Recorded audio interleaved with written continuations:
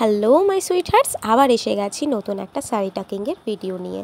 আমি পায়েল আর তোমরা দেখছো আমার নিউ শাড়ি সিরিজ পার্ট 2, যেখানে তোমাদের সাথে আমি দ্বিতীয় স্টাইলের শাড়ি র্যাপিং শেয়ার করব। তো প্রথমেই ডান সাইডের কর্নার থেকে শাড়ির টাকিং স্টার্ট করলাম এবং এক রাউন্ড ঘুরিয়ে ভালো করে শাড়িটা টাকিং করে নিলাম। তারপরে শুরু করলাম আঁচলের প্লিটিং। আঁচলের প্লিটগুলো করে পিন দিয়ে সিকিউর করে ভালোভাবে সেট করে নিলাম। তারপরে এক রাউন্ড ঘুরিয়ে বা কাঁধে সেফটি পিন দিয়ে আটকে নিলাম। আমি সবসময় আমার আঁচলের লেন্থ হাঁটু বা হাঁটুর নিচে রাখি, যার ফলে দেখতে স্লিম অ্যান্ড টল লাগে। এবং তারপরে মাঝের প্লেটিং স্টার্ট করছি। মাঝের কুচি করার জন্য আমি সবসময় আঁচলের প্লিটিংটা থেকে পুরো শাড়িটাকে টান করে মাঝখান পর্যন্ত আনি এবং তারপরে সেখান থেকে অন্তত 7 থেকে 8 আঙুল পার করে কুচি করা স্টার্ট করি। প্রথমের প্লিটটা করতে অনেকেরই অসুবিধা হয়, তার জন্য একটা ট্রিক বলে রাখি।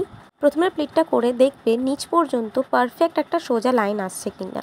যদি প্লিটটা একটু বাঁকা হয় তাহলে আরেকটু ছেড়ে আবার প্রথম থেকে প্লিটটা স্টার্ট করো। আর ফার্স্টের প্লিটটা সবসময় বাকি প্লিটদের থেকে বড় রাখি। তারপর কুচিগুলো পিন দিয়ে সিকিউর করে ভালো করে পুরো ওপর থেকে নিচ পর্যন্ত কুচিগুলো সেট করে নিই। অনেক সময় যে শাড়িগুলো নিয়ে নিচের কুচি বসতে চাই না, সেইগুলো আমি একটা পিন দিয়ে আটকে রাখি, যার ফলে নিচের কুচিগুলো সেট হয়ে যায় এবং পরে ছড়িয়ে যায় না।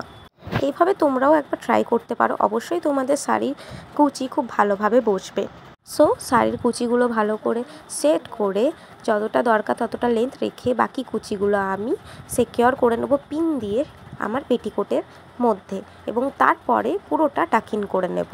যদি তুমি পিন দিয়ে পেটিকোটে সিকিউর করে নাও, ট্রাস্ট মি, তোমার কোনো দিনও শাড়ির কুচি খুলে পড়ে যাবে না। এবং তারপরে যে এক্সট্রা ফ্যাব্রিকটা আছে সেটা আমরা ভালো করে সেট করে নেব আর বাকি ফ্যাব্রিকটা টাকিং করে নেব। এবার এক্সট্রা পিনগুলো খুলে নিয়ে এবং ভালোভাবে কুচিগুলো সেট করলেই তোমার শাড়ি র্যাপিং কমপ্লিট। বাড়িতে অবশ্যই চেষ্টা করো এবং কমেন্টে জানিও কেমন হয়েছে।